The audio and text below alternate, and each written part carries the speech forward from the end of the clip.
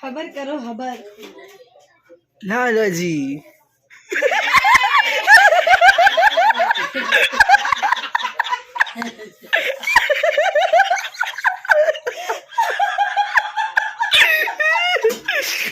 देखिए मोबाइल में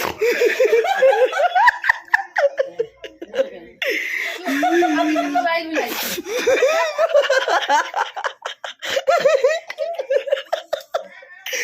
भाई तू वीडियो बना रहा है फिर भी ना तेरे फोन में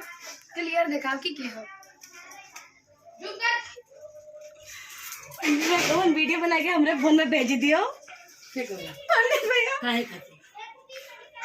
जगीरे सारा रहा बस बस ना फोन उठावे तो क्लियर बना ले वाले काय हमरा फोन में कैमरा नहीं चलेगा सबका फोन में कैमरा चलेगा अरे पापा के कॉल आया वाला बा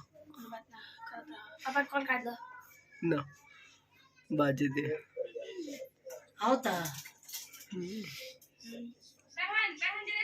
है ना देख मोबाइल के खोजिए